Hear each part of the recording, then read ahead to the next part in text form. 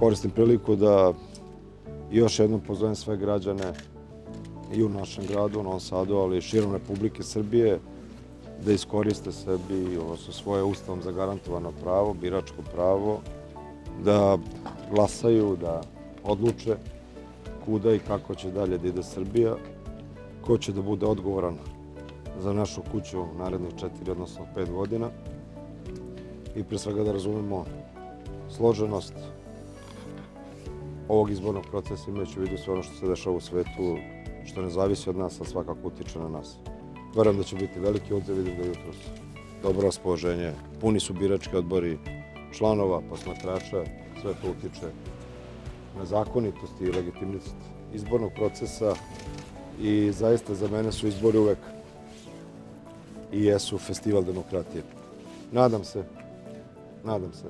da nikom neće pasti na pamet da se igra sa izbornom voljom građana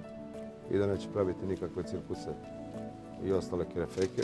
Danas građani pitaju se, danas su građani nosioci suvereniteta i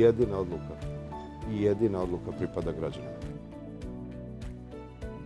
I još jednom, građani, izađete, danas vi odlučujete, danas vi pitate i isključivo vi.